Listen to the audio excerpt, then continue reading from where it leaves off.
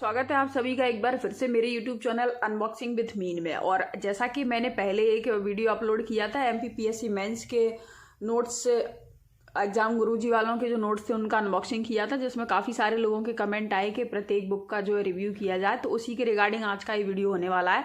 Video थोड़ा सा लंबा हो सकता है गाइस, तो वीडियो में मेरे साथ एंड तक बने रहिए। तो सबसे पहला प्रश्न ये आता है गाइस कि अगर हम MPPSC मेंस में बैठ रहे हैं तो आजकल आपको मालूम है कि कितनी जो वर्ड लिमिट है वो कितनी कम कर दी गई है। अगर हमको 3 मार्कर क्वेश्चन लिखना है तो उसकी वर्ड लिमिट 10 शब्दों की है, और अगर 5 नंबर का क्वेश्चन है तो 50 शब्द में हमको अपना उत्तर प्रेजेंट करना है। इसके बाद अगर हमारा 11 नंबर का क्वेश्चन है तो उसको हमको मैक्सिमम 200 शब्दों में उसको देना है, जिसमें हमको फ्लो चार्ट वगैरह इसका भी यूज करना रहता है। तो गाइस मेरा कहने का मतलब ये है कि आपको मार्केट में ढेर सारा कंटेंट मिल जाएगा, और अगर आप हिंदी मीडियम से अगर अपना एग्जाम दे रहे हो तो आपका इतना कंटेंट मिलेगा मार्केट में। काफ़ी सारे पब्लिशर है, उनकी बुक भी मिल जाएंगी, साथ में आपको ढेर सारा जो है कोचिंग वालों के नोट्स भी मिल जाएंगे। अच्छा, कोचिंग वालों के नोट्स इतने रहते हैं कि हमको इतना भ्रम हो जाता है, ऐसा लगता है हमको कि हम इसमें क्या पढ़ें और क्या नहीं पढ़ें। 1 साल तो हमारा ऐसे ही बर्बाद हो जाता है कि हम नोट्स को ही डिसाइड करते रहते हैं और हमारा जमाने भर का कंटेंट हम अपने पास जो है इकट्ठा करते रहते हैं। जबकि ज़रूरत ये है कि हमको स्मार्ट स्टडी की ज़रूरत है बिल्कुल, जिसमें कि हम कम पढ़ें लेकिन अपना जो उत्तर है वो इस तरीके से रिप्रेजेंट करें कि सामने वाला नंबर देने के लिए हमको बिल्कुल मजबूर हो जाए। तो मेरा कहने का मतलब यही है, जो इतनी किताबें मैंने सजा रखी हैं इन सब का हम रिव्यू करने वाले हैं अभी गाइस। तो कहने का मतलब यही है कि अगर एग्जाम गुरुजी के नोट्स हम लें या ना लें, प्रश्न ये उठता है। तो एग्जाम गुरुजी का नोट्स लेने का सबसे पहला जो बात है वो मैं ये बोलना चाहूँगी गाइस कि अगर जनरली हम किसी भी कोचिंग के भी अगर हम नोट्स फोटोकॉपी कराने जाते हैं तो इंदौर में अगर हम बात करें, बाकी का मुझे नहीं पता बाकी जगह का क्या रेट चल रहा है, लेकिन इंदौर में भी हम अगर फोटोकॉपी कराने जाते हैं गाइस तो हमको 50 पैसे प्रति पेज फोटोकॉपी पड़ती ही पड़ती है। अगर इन 15 बुकों में मैंने जो पेज है टोटल काउंट किए हैं तो 1116 कुल इन 15 किताबों के पेज हैं, जिसमें ये आधी बुक्स अभी डिलीवर हुई हैं। एग्जाम गुरुजी वालों ने प्रॉमिस किया है कि फरवरी में यानी कि नेक्स्ट मंथ में इसके साथ 18 बुक और मिलेंगी। टोटल जो है 33 किताबों का हमको डिलीवर होंगी। तो अगर 15 किताबों में 1116 पेज हैं, अगर 1116 पेजों की हम फोटोकॉपी कराने जाएंगे इन 15 किताबों की, तो कम से कम 500 या 600 रुपये से कम फोटोकॉपी इन 15 किताबों की नहीं होगी, जिसमें हमको 18 किताब और मिलने वाली हैं। तो उसमें भी कम से कम आप मान के चलिए 1500 पेज तो मान के चलिए, तो 750 रुपये फोटोकॉपी वो हो जाएगी। माने आप अगर किसी कोचिंग के भी नोट्स आप अगर फोटोकॉपी कराओगे तो 1500 रुपये से कम, उससे ऊपर ही जाएगा, कम तो आपको फोटोकॉपी नहीं हो पाएगी। अच्छा, इसके साथ एग्जाम गुरुजी वालों का जो कंटेंट है काफ़ी बढ़िया है। मैंने इसमें से 2-3 बुकें जो पर्सनली पढ़ी हैं, मैं खुद भी MPPSC की एस्पिरेंट हूँ और मेंस मुझे लिखना है इस बार, तो इनका जो कंटेंट बढ़िया है। इसके साथ में ये ऑनलाइन जो है यूट्यूब पे इनके काफ़ी सारे वीडियो डले रहते हैं, और ये अपने वीडियो के माध्यम से भी आपको जो बुक्स में दिया रहता है इनका कंटेंट, उसको ये टीच करते रहते हैं, तो वो भी काफ़ी यूजफुल है। अच्छा, इसके साथ में एक चीज़ और मैं बताना चाहूँगी, मैंने लास्ट वीडियो में भी बताया था कि इसके साथ में ये अपना 1395 रुपये का प्री प्लस मेंस के लिए आंसर राइटिंग और जो ऑब्जेक्टिव टाइप की प्रैक्टिस सेट आपको प्रोवाइड कराएंगे। 30 मिनट का उसमें आंसर राइटिंग रहता है, और 100 जो है MPPSC प्रीलिम्स के लिए टेस्ट सीरीज आपको उसमें फ्री मिल जाएंगी, तो वो भी बढ़िया बेनिफिट है। और अभी ये जो कोर्स था मैंने 1999 रुपये में ख़रीदा था, अभी इन्होंने 1000 रुपये बढ़ा दिया है, और इन्होंने 2999 अभी कर दिया है, मतलब 3000 रुपये में आपको ये मिलेगा। लेकिन मेरे हिसाब से 3000 में भी लेना कोई ऐसा नहीं है कि आपको जो है लॉस हो जाएगा, ऐसा बिल्कुल नहीं है। इनका कंटेंट वाकई में बहुत अच्छा है। जैसे कि मैं अभी एक ये बुक उठा लूँ यहाँ से, ये एक बुक मैंने उठाई, और ये जो बुक है वो कवर करती है प्रश्न पत्र पहला खंड अ, और इकाई 4 को ये बुक कवर करेगी। और इसमें दिया गया मध्य प्रदेश में स्वतंत्रता आंदोलन और सांस्कृतिक विरासत व पर्यटन, इसमें ये दिया गया है। तो जब हम इसको खोलेंगे तो ये देखिए, ये बुक मैंने काफ़ी पढ़ी भी है, ऐसा इसके पेजों से बिल्कुल लग रहा है। तो ये देखिए, इसमें जो है हमको 3 यूनिट मिलेंगी। पहला क्या मिलेगा इसमें, मध्य प्रदेश में स्वतंत्रता आंदोलन, दूसरा हमको मिलेगा सांस्कृतिक विरासत, जो कि दिया गया है 13 से लेके पेज नंबर 23 तक, यानी कि 10 पेज का जो है हमको इसमें सांस्कृतिक विरासत देखने को मिलेगा। अच्छा, साथ में इसमें पर्यटन एवं विश्व धरोहर स्थल दिए गए हैं, जो कि 24 से लेके 38 तक, यानी कि 6 और 8 14 पेज में जो है हमको पर्यटन एवं धरोहर स्थल इसमें मिल जाएंगे। अच्छा, इसमें कवर क्या होता है वो भी इन्होंने हेड टू हेड ये लिखा हुआ है, मतलब प्रत्येक किताब के साथ ये बढ़िया चीज़ इन्होंने करी है कि साथ में अपना इंडेक्स तो दिया ही है, इंडेक्स के साथ में हमारे कौन कौन से टॉपिक्स हो रहे हैं कवर वो भी इन्होंने साथ में लिख के दिया है, जिसके लिए हमको बार बार पर सिलेबस उठा के देखने की आवश्यकता बिल्कुल नहीं है। साथ में कौन कौन से टॉपिक हमको पढ़ना है ये सारी चीज़ें हमको किताब के अंदर ही मिल जाएंगी।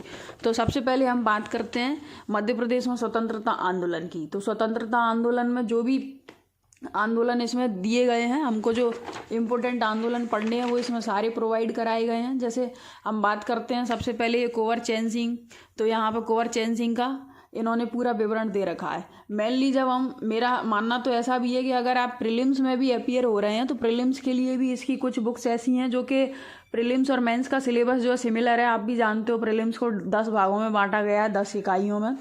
तो उसमें से जो ये वाला जो पोर्शन है स्वतंत्रता आंदोलन मध्य प्रदेश में, वो आप बिल्कुल आप इसमें से तैयार कर सकते हो अपना, क्योंकि आप जानते हो MPPSC का प्रीलिम्स का इस बार का पेपर काफ़ी टफ आया था, इतना मतलब इजी पेपर नहीं था वो। एक अच्छा बढ़िया जो लेवल उन्होंने बढ़ाया है PSC वालों ने, और इसमें वो छोटे छोटे सारे पॉइंट कवर होते हैं। जैसे कि फॉर एग्जांपल मैं आपको बताऊं कुंवर चैन सिंह, तो इसमें बढ़िया जो कुंवर चैन सिंह का पूरा दिया गया है किस तरीके से उन्होंने जो है क्रांति की और किस तरीके से उन्होंने स्वतंत्रता आंदोलन में योगदान दिया। और नरसिंहगढ़ रियासत के वो राजा थे, ये आप देख सकते हो, नरसिंहगढ़ रियासत के राजा थे। तो यूँ जनरली हम जब प्री की तैयारी करते हैं तो बुक्स में इतना डिटेल नहीं दिया रहता है, लेकिन इनमें से काफ़ी सारी बुक्स ऐसी हैं जिनमें प्रीलिम्स का सिलेबस कवर होता है, तो उनको हम यहाँ से डीप स्टडी कर सकते हैं। इसके साथ आप देखेंगे तो ये बुंदेला विद्रोह दिया हुआ है बहुत बढ़िया तरीके से, और इन्होंने 1857 की क्रांति को बहुत बढ़िया फ्रेमिंग किया हुआ है। इसमें क्रांति की शुरुआत कहाँ से हुई और बुंदेलखंड में क्रांति के क्या पॉइंट रहे, ये पॉइंट वाइज इन्होंने एक एक चीज़ यहाँ पे प्रोवाइड कराई है। रानी अवंतीबाई ने कहाँ से जो है क्रांति का नेतृत्व किया और किस तरीके का उनका योगदान रहा। एक एक क्रांतिकारी का ग्वालियर में क्या क्रांति रही और किसने जो है अपना योगदान दिया, किसने दवाई क्रांति, एक एक चीज़ पॉइंट वाइज इन्होंने यहाँ पर सजा के दी है। बाघेलखंड में ये भोपाल में क्रांति, और फिर इसके बाद असहयोग आंदोलन, इसके बाद ही हम देखेंगे असहयोग आंदोलन में। तो ये असहयोग आंदोलन में ये पॉइंट वाइज जो है बताया गया है कि गांधी जी ने कौन से शहर में कहाँ पे यात्रा की असहयोग आंदोलन के दौरान मध्य प्रदेश में। इसके बाद झंडा सत्याग्रह, सविनय अवज्ञा आंदोलन, मतलब ये आप इसमें से मेंस तो पढ़ोगे ही, साथ में इस प्री भी तैयार हो जाएगा। तो इस बार अप्रैल में जो प्री है 2021 का, वो भी आपका बढ़िया जो है यहाँ से प्रिपेयर हो जाएगा गाइस। और ये फिर जंगल सत्याग्रह, यहाँ से 3 मार्कर क्वेश्चन भी है, उसको अभी आपको छांटने में बिल्कुल प्रॉब्लम नहीं आएगी। आप बस एक बार इस बुक को अच्छे से पढ़ लीजिए और पेन लेके बैठिए, दोबारा उसको रीड करिए, और मेरी गारंटी है कि 2 से 3 बार में ये पूरी किताब जो है आपकी लग जाएगी। और अगर आप ये किताब जो है 3 बार अगर इसको अच्छे से पढ़ लेते हो तो मध्य प्रदेश में स्वतंत्रता आंदोलन और सांस्कृतिक विरासत से आपका कोई क्वेश्चन नहीं छूटेगा। ठीक है, फिर हम थोड़ा सा आगे चलते हैं। तो ये सांस्कृतिक विरासत दिया हुआ है। सांस्कृतिक विरासत में आप देख सकते हो कि ये भारत भवन को जो है कितना बढ़िया तरीके से इन्होंने लिखा हुआ है। इसमें आप देख सकते हो कि रूपांकन भारत भवन के जो 6 टोटल पोर्शन है, आप सभी जानते हो।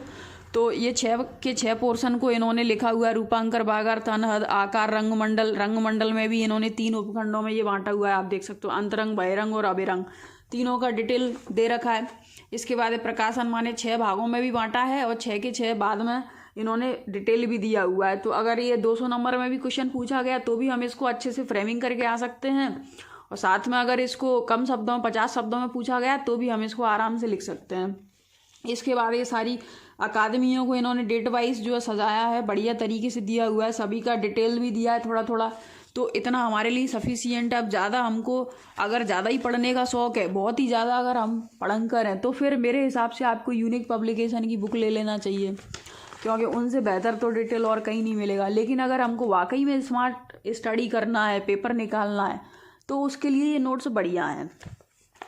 फिर इसके बाद ये समारोह दे रखे हैं, ये समारोह, तो समारोह में हम देखेंगे तो सारे समारोह कालिदास तानसेन सभी समारोह दिए गए हैं जो इम्पोर्टेंट जितने भी समारोह, इनमें से कोई सा भी समारोह इसमें छूटा हुआ नहीं है। तो इसी से हम पता लगा सकते हैं कि इन्होंने ऐसा फालतू जो है डिटेल इसमें नहीं दिया गया है, जो परीक्षा में पूछा जाता है वही इसमें आपको मिलेगा। तो सारे समारोह दिए गए हैं, जो इम्पोर्टेंट है उनका डिटेल दिया गया है, और जो कुछ समारोह बच जाते हैं उनको इन्होंने टेबल फॉर्म में यहाँ पर सजा के दिया हुआ है। इसके बाद ये जो अंचल हैं, सभी अंचल हैं, वहाँ पर होने वाले जो छोटे मोटे पर्व हैं, त्योहार हैं, उन सबको भी इन्होंने बढ़िया जो है भगोरिया, मेघनाथ पर्व, गणगौर पर्व, ये सारे इन्होंने सजा के दिया हुआ है बढ़िया, और सभी का थोड़ा थोड़ा डिटेल भी दिया हुआ है। यहाँ पे ये मध्य प्रदेश के साहित्यकार दिए गए हैं, साहित्यकार, यहाँ पे साहित्यकारों के नाम दिए गए हैं, टेबल फॉर्म में इसको सजाया गया है। जन्म कहाँ क्या हुआ था, इनकी जो प्रमुख रचना है उनके बारे में भी यहाँ डिटेल दिया है, और इनके बारे में जो विशेष टिप्पणी है वो भी इस टेबल फॉर्म में आपको मिल जाएगी। ये सारे जो है साहित्यकारों का यहाँ पर वर्णन मिलता है। फिर इसके बाद ये मध्य प्रदेश की वास्तुकला के बारे में दिया गया है। तो जैसे ग्वालियर का किला है, तो ग्वालियर के किले को इन्होंने बढ़िया जो है बताया है यहाँ पे, और कितने क्या, जैसे 5 दरवाजे हैं, ये दिया है। फिर उसमें अन्य कौन कौन सी इमारतें हैं उसको भी इन्होंने पॉइंट वाइज जो है यहाँ पे मेंशन किया है। इसके बाद चंदेरी का किला, असीरगढ़ का किला, यहाँ पे ये सारे किले दिए गए हैं। तो ये सिर्फ एक बुक की बात चल रही है, एक बुक में ये इतना सिलेबस इन्होंने कवर किया है। इसके बाद जो है किले, जो प्रमुख किले हैं कहाँ कहाँ पर है उनका डिटेल इन्होंने दिया है। समाधि, मकबरों का, कुछ ऐसे भी पॉइंट रहते हैं जिनका अगर हमको लग रहा है तो उसका डिटेल देख लो। पर्टिकुलर अगर किसी पॉइंट का, अगर टॉपिक का लग रहा है हमको कि डिटेल चाहिए तो उसका डिटेल देख लो। उसके लिए भारी भरकम बुकें खरीदने का तो कोई मीनिंग नहीं निकलता। इसके बाद ये पर्यटन एवं विश्व धरोहर, थर्ड जो टॉपिक है वो यहाँ पर शुरू हो जाता है। तो खजुराहो इन्होंने शुरू किया है। यहाँ पर उज्जैन को यहाँ डिटेल दिया हुआ है। उज्जैन के बाद ये जितने भी अमरकंटक, जितने भी मंदिर हैं उनका भी डिटेल यहाँ पे दिया गया है। जो फेमस मंदिर है, महाकालेश्वर है, काल भैरव, हरसिद्धि है, ये सब जो उज्जैन के जो मंदिर हैं उनका डिटेल दिया हुआ है। इसके बाद अमरकंटक में जो मंदिर बनते हैं, कौन से वंश ने बनवाए, कब बनवाए, क्या इनकी विशेषता है, वो सब कुछ यहाँ पे पॉइंट वाइज मेंशन किया है इन लोगों ने। इसके बाद अगला देखेंगे अपन, तो ये वन्य प्राणी पर्यटन स्थल है। तो सारे एक एक नेशनल पार्क को इन्होंने बढ़िया जो है तरीके से सजाया हुआ है। उस नेशनल पार्क के अंदर क्या उसकी विशेषताएं हैं, तो क्या क्या है उसमें। जैसे ये पहला कान्हा राष्ट्रीय उद्यान, तो कान्हा राष्ट्रीय उद्यान का क्या इतिहास रहा, कब जो है अभ्यारण्य था, कब जो है इसको राष्ट्रीय उद्यान बना गया, कब इसको टाइगर सेंचुरी बनाया गया, ये सारी डिटेल आपको यहाँ मिल जाएंगी। साथ में इसमें कौन कौन से जीव पाए जाते हैं, पक्षी कौन से पाए जाते हैं, कान्हा संग्रहालय भी है उसके बारे में भी, ये बामनी दादर, और ये सारी डिटेल उसकी दी गई हैं। इसके साथ में बांधव राष्ट्रीय उद्यान को भी बढ़िया इन्होंने दिया गया है, क्या कब बना, कौन कौन से जीव जंतु, सरीसृप, पक्षी। के बाद ये देखो भेड़ाघाट को इन्होंने बढ़िया दिया गया है। भेड़ाघाट में ये 64 योगिनी मंदिर है, उसको पॉइंट वाइज यहाँ पे दिया गया है। मतलब सारी चीज़ों को कहने का मतलब ये इन्होंने पॉइंट वाइज सजाया है। पॉइंट वाइज जब चीज़ें, डाटा हमको मिलता है तो छांटने में, ढूंढने में काफ़ी प्रॉब्लम होती है। अगर यूँ डिटेल डाटा होता है तो पॉइंट में होता है तो हमको काफ़ी इजीली समझ में भी आता है, और उसको हमें ज़्यादा माथापच्ची उसमें नहीं करना पड़ती है। शिवपुरी, तो शिवपुरी के बारे में, शिवपुरी में क्या है, तो देखिए पर्यटन स्थल जॉर्ज कैंसल भवन है, माधव राष्ट्रीय उद्यान है, छतरी है, किस किस की छतरी है, ये सारी चीज़ें, और शिवपुरी का किस टाइप से ये महत्व है। तो ये पर्यटन स्थल, आर्थिक महत्व, सामाजिक महत्व, ये भी दिया गया है। भारत में पर्यटन ये है, भारत में पर्यटन, इसको भी दिया गया है। इसके बाद में ये पर्यटन के आयाम, तो वो जो एडिशनल जो क्वेश्चन बनते हैं जो हम यूजुअली नहीं मिलते हैं बहुत सारी बुक्स में, तो वो सांस्कृतिक, सामाजिक, ये सारे आयाम, यहाँ पर सारे डायमेंशन आपको मिल जाएंगे। क्या इम्पैक्ट पड़ रहा है, नेगेटिव इम्पैक्ट है, तो ये यहाँ पर आर्थिक, ये सारे इम्पैक्ट है, पॉजिटिव इम्पैक्ट, नेगेटिव इम्पैक्ट, ये सारी चीज़ें। इसमें पर्यावरण और पर्यटन, इन दोनों के मध्य में रिलेशन, तो ये भी पैराग्राफ इन्होंने कवर किया है। अच्छा, UNEP, United Nation Environment Programme, इनकी क्या क्या भूमिका है, इसमें कौन कौन से जो है शामिल हैं। मध्य प्रदेश में पर्यटन, यहाँ पे इसको भी पॉइंट वाइज इन्होंने मेंशन किया है ना। क्या उसमें चुनौतियाँ हैं, चुनौतियाँ भी दी गई हैं, समाधान भी दिए गए हैं। उपलब्धियाँ भारत सरकार की पर्यटन के क्षेत्र में उपलब्धियाँ भी ये यहाँ पर दी गई हैं। तो मतलब 200 नंबर का भी अगर क्वेश्चन हमसे पूछा जाता है तो उसको भी हम आराम से इनका बुक का उपयोग करते हुए इनको पढ़ के आराम से हम अपना उत्तर जो है दे सकते हैं। निष्कर्ष बढ़िया जो है इसमें निष्कर्ष आपको प्रोवाइड कराया गया है टूरिज्म का। मध्य प्रदेश में फिर जो विश्व धरोहर स्थल हैं, विश्व धरोहर स्थल हमको मालूम है 3 है, तीनों को अच्छे से यहाँ पे अलग से इन्होंने लिख के प्रोवाइड कराया। ये खजुराहो के इन्होंने यहाँ बताया, ये विश्व धरोहर स्थल में खजुराहो, सांची स्तूप, उसके बाद भीमबेटका, तो तीनों स्थलों को इन्होंने यहाँ डिटेल में दे रखा है।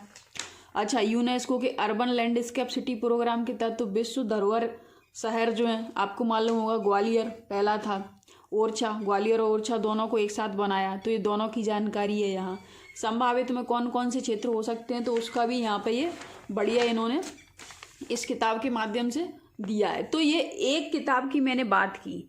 अभी मैंने इनकी 2-3 बुक मैंने पढ़ी हैं इनकी। एक तो ये स्वतंत्रता आंदोलन वाली है और साथ में ये 2 बुक और ये मैंने इनको स्टडी किया है, जिसमें भारतीय राजनीतिक विचार इसको पढ़ा है और मध्य प्रदेश की रियासतें। तो ये तीनों बुक को पढ़ने के बाद मुझे ऐसा लगता है कि इनका जो मटेरियल है वो सफिशियंट है। इससे ज़्यादा हमको पढ़ने की बिल्कुल आवश्यकता नहीं है और पढ़ने के लिए बहुत सारे कंटेंट है, तो आप फिर कुछ भी पढ़ सकते हो अपनी इच्छा अनुसार। लेकिन अगर हमको मेंस क्लियर करना है तो उसके लिए इतना काफ़ी है। बाकी आपके लिए जो एक मेन जो चीज़ है वो कोई भी किताब पढ़ो लेकिन उसको अच्छे से पढ़ो, और इन किताबों में वो सारा कंटेंट आपको मिल जाएगा। जो आप 25 किताबें इकट्ठी करोगे, 10 लोगों से पूछोगे, 10 जगह अपना टाइम बर्बाद करोगे, तो वो एक ही प्लेटफॉर्म पे सारा कंटेंट आपको ये लोग प्रोवाइड करा रहे हैं। जैसे कि एक दूसरी किताब मैंने उठाई है भारतीय राजनीतिक विचारक, तो इसमें 8 जो विचारक इन्होंने यहाँ प्रोवाइड कराया और ये 8 ही हमारे सिलेबस में, ये नीचे साथ में सिलेबस भी इन्होंने दे रखा है। कौटिल्य, महात्मा गांधी, सरदार वल्लभ भाई पटेल, राम मनोहर लोहिया, डॉक्टर भीमराव अंबेडकर और दीनदयाल उपाध्याय और जयप्रकाश नारायण। तो ये 8 लोग हमारे सिलेबस में। प्रश्न पत्र 2 खंड इकाई 4, तो इकाई 4 में हमसे 8 लोगों के बारे में पूछा गया है और किताब में भी बाकायदा जो है 8 लोगों को यहाँ पे इन्होंने मेंशन किया है। 8 के बारे में इसमें से हम देख लेते हैं। जैसे पहला कौटिल्य ले लेते हैं, तो कौटिल्य का राज्यपति संबंधित जो अवधारणा है उसको इन्होंने बढ़िया दिया गया है। सप्तांग सिद्धांत को इन्होंने बढ़िया पॉइंट वाइज यहाँ पे लिखा हुआ है, आप देख पा रहे होंगे ये पॉइंट वाइज सप्तांग सिद्धांत।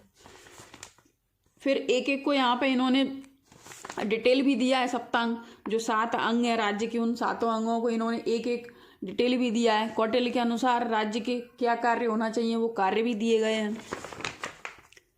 इसके बाद हम देखेंगे तो कौटिल्य की विदेश नीति संबंधी, तो विदेश नीति में इन्होंने दिया हुआ है। कौटिल्य का सबसे जो प्रमुख है मंडल सिद्धांत, मंडल सिद्धांत भी यहाँ पे लिखा हुआ है। मंडल सिद्धांत में एक टेबल फॉर्म, मेरे को ऐसा लग रहा था कि टेबल फॉर्म में अगर इन्होंने मंडल सिद्धांत को दिया रहता तो ज़्यादा अच्छा रहता, लेकिन उसमें कोई दिक्कत नहीं है, वो आप खुद से यहाँ पे मेंशन कर सकते हो। ये मंडल सिद्धांत को आप यहाँ पे जो टेबल एक बना लो यहाँ पे, और उसमें आप यहीं पे आप नोट कर लो, कहीं से भी आपको अलग से लिखने की आवश्यकता नहीं है, तो आपका मंडल सिद्धांत क्लियर हो जाएगा। टेबल फॉर्म में क्या रहता है कि चीज़ें रहती हैं तो हमको ज़्यादा याद रहती हैं, तो मंडल सिद्धांत इन्होंने बढ़िया दिया है, लेकिन यहाँ पर टेबल फॉर्म में होता तो और ज़्यादा अच्छा होता। फिर ये विदेश नीति, षटगुण नीति, इन्होंने 6 की 6 जो षटगुण नीति है उसको बढ़िया पॉइंट वाइज सजा के दिया हुआ है। इसमें भी ज़्यादा हमको दिमाग लगाने की ज़रूरत नहीं है। चातुर्य गुण, 4 गुण दिए गए हैं। इसके बाद राजदूत के बारे में दिया गया है। न्याय एवं दंड का जो प्रावधान था उसमें दंड सिद्धांत, ये सारी चीज़ें। कौटिल्य के अनुसार दंड के प्रकार, तो शारीरिक, आर्थिक और कारावास 3 प्रकार के दंडों का यहाँ उल्लेख है। और उसके विचारों की प्रासंगिकता, सीमाएं मंडल सिद्धांत में और उसमें क्या क्या सीमाएं हैं वो इन्होंने 2-3 पॉइंटों में उसको भी यहाँ पर मेंशन किया है। जो भी अपन को अतिरिक्त ऐसा लग रहा है कि नहीं ये और होना चाहिए तो उसके लिए यहाँ पर जगह दे रखी है, तो उसमें अगर हमको लग रहा है तो उसको और मेंशन कर लीजिए। लेकिन मुझे तो नहीं लगता कौटिल्य से इतना ज़्यादा कुछ पूछेगा। जो कौटिल्य के बारे में जो मेन चीज़ें हैं वो सारी यहाँ पे कवर हो रही हैं। इसके बाद से महात्मा गांधी में भी ये न्याय, विकेंद्रीकरण, व्यक्ति साधन साध्य का सिद्धांत, ये स्वतंत्रता संबंधी विचार, लोकतंत्र संबंधी विचार, ये सर्वोदय की अवधारणा, तो बहुमत के सिद्धांत का विरोध, संसदीय प्रणाली संबंधी विचार, ये सारी चीज़ें, सत्याग्रह की अवधारणा, ये बढ़िया दिया हुआ है। जवाहरलाल नेहरू। इसके बाद एक एक के बाद एक जो 8 जो राजनीतिक विचारक हैं उन्होंने कोशिश की है इसमें सारा कंटेंट आपको मिल जाए एक ही जगह, और 8 में कुछ भी किसी भी प्रकार से सिलेबस के अनुसार इनका एक भी पॉइंट, एक भी टॉपिक ना छूटे, इन्होंने ये पूरी कोशिश की है नोट्स में। अच्छा, इसके बाद ये एक और किताब अगर मैं उठाऊँ, इसको मध्य प्रदेश की रियासतें, तो इसमें एक रियासतें, बुंदेला, बघेली, ये गोंडवाना, ये यहाँ पर नीचे सिलेबस भी दिया हुआ है और नीचे हमारे सिलेबस में 6 रियासतें हैं टोटल, और इन्होंने 6 की 6 रियासतें टॉपिक वाइज बराबर यहाँ पर 6 की 6 रियासतों में जो प्रत्येक राजा हुए उनका इतिहास, क्या कार्य हुए, क्या विशेष उनके बारे में सब कुछ डिटेल में दे रखा है। तो इससे ज़्यादा हम पढ़ भी नहीं सकते, और पढ़ भी लें तो फिर वो क्वालिटी हमारे कंटेंट में नहीं रहती है। जब ज़्यादा चीज़ें पढ़ते हैं तो हम ज़्यादा कंफ्यूज होते हैं और एग्जाम में हमको चीज़ें याद नहीं आती हैं। तो कम पढ़ें लेकिन अच्छा पढ़ें, उसको रिप्रेजेंट अच्छा कर पाएँ, तो उसके लिए बुक काफ़ी बढ़िया है। तो गोंडवाना रियासत नामकरण, उद्भव कैसे हुआ, राज्य की क्या सीमा थी, कहाँ कहाँ तक मतलब राज्य फैला था, प्रमुख शासक कौन कौन से रहे, एक एक शासक को यहाँ पर बढ़िया तरीके से इन्होंने डिटेल में दिया है। फिर इसके बाद जो इनके जो प्रमुख शासक थे, जैसे संग्राम शाह की क्या उपलब्धियां थीं, दलपत शाह जो कि दुर्गावती के पति थे, रानी दुर्गावती का किस तरीके से जो है आक्रमण हुआ मुगल साम्राज्य के द्वारा, जो मुगलों के द्वारा इसको अपनी कटारी मार के खुद को आत्महत्या करना पड़ी। तो ये बढ़िया स्टोरी रूप में यहाँ पर दी है, आपको पढ़ने में काफ़ी मज़ा भी आएगा। साथ में अगले जो दुर्गावती के बारे में भी दिया गया। उसके बाद जो दूसरे इसके यहाँ पे दूसरे राजा आए, केसरी शाह, छत्र शाह, आखिरी राजा कौन कौन से थे उनके सब के बारे में, रानी कमलावती, ये सब के बारे में यहाँ पर डिटेल दिया हुआ है। तो कहने का मतलब ये है कि 8 रियासतें यहाँ पे इन्होंने कवर की हैं और 8 में कौन कौन से राजा हुए, सारी चीज़ें आपको एक ही किताब के अंदर मिल जाएंगी। तो इतने से आप समझ गए होंगे, मुझे सारी बुक एक एक बुक को जो खोल के बताने की आवश्यकता नहीं है। कहने का मतलब यही है कि अगर आप वाकई में कोई अच्छा कंटेंट ढूंढ रहे हैं तो ये आपके लिए काफ़ी यूजफुल हो सकता है। तो आप इसको बाकायदा परचेस कर लीजिए। परचेस करने का क्या प्रोसेस है अगर आपको नहीं पता है तो इससे पहले मैंने लास्ट वीडियो एक अपलोड किया है अपने चैनल पे, आप वहाँ से जाके उसको देख लीजिए। तो परचेस करने का पूरा प्रोसेस आपको मिल जाएगा। हाँ, एक बात मैं बोलना चाहूँगी कि अपन को परचेस करने के बाद इसमें 1 महीने का वेट कम से कम करना ही पड़ेगा। अगर आप इंदौर में रहते हो, इंदौर के आसपास रहते हो या किसी अन्य जिलों में रहते हो दूरस्थ, जैसे सीधी सिंगरौली वगैरह उधर भिंड मुरैना और नीचे बालाघाट तरफ अगर रहते हो, तो आप भी जानते हो यहाँ पोस्टल चार्ज कितना लग जाता है, कम से कम 200-250 रुपये का पोस्टल चार्ज लग जाता है। लेकिन वो भी इन लोगों ने फ्री कर रखा है। 2 बार में आपको बुक मिलेंगी, एक बार में 15, एक बार में 18, और दोनों बार का जो कोरियर चार्ज है वो आपको नहीं देना रहेगा। एग्जाम गुरुजी वालों ने ये फैसिलिटी भी दी है। तो स्टूडेंट के लिए एक प्लेटफॉर्म पर टेस्ट सीरीज भी मिल रही हैं, किताब भी मिल रही हैं, किताब के साथ अच्छा कंटेंट भी मिल रहा है, साथ में उनकी ऑनलाइन क्लासेस यूट्यूब पर आपको प्रोवाइड हो जाएंगी। तो वो सारी चीज़ें आपको एक ही जगह मिल रही हैं। तो मेरे हिसाब से इसको आपको परचेस करना चाहिए अगर आपको ज़रूरत है। अगर आप MPPSC की तैयारी कर रहे हैं तो आप इसको निस्संदेह परचेस कर लीजिए, आपको इसमें बिल्कुल भी नुकसान नहीं होगा। और ऐसा नहीं है कि एग्जाम गुरुजी वालों ने मेरे को हायर किया है, मेरा अपना खुद का ये यूट्यूब चैनल है जो आप देख रहे हैं अभी, अनबॉक्सिंग विद मीन, और इस पर हर प्रोडक्ट के अनबॉक्सिंग हम करते रहते हैं। तो अगर आपको मेरा वीडियो अच्छा लगा हो, आपके लिए यूजफुल रहा हो, तो वीडियो को लाइक कर दीजिए। और आपके ऐसे ही जो सर्च कर रहे हैं ऐसा ही वीडियो, उनके लिए आप इसको शेयर कर दीजिए तो उनको भी प्रॉफिट हो जाएगा। और अगर चैनल पे आपको थोड़ा बहुत भी अच्छा लगा हो तो कृपया सपोर्ट स्वरूप हमको जो है सब्सक्राइब कर लीजिए। तो मिलते हैं नेक्स्ट वीडियो में, तब तक के लिए थैंक यू सो मच, धन्यवाद।